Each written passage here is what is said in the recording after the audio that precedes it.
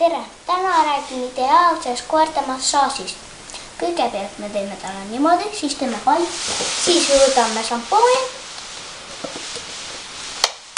ja siis õlume peale ja ärge igaks juhuks pange pea peale, siis on muidu jama majas, siis hakkavad silmad ka kipitama. Siis võtame kindlad ja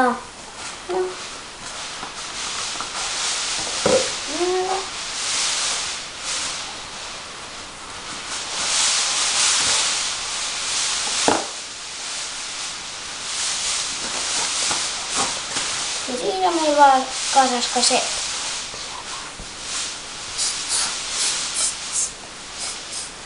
Ja tänane ekraan saigi läbi.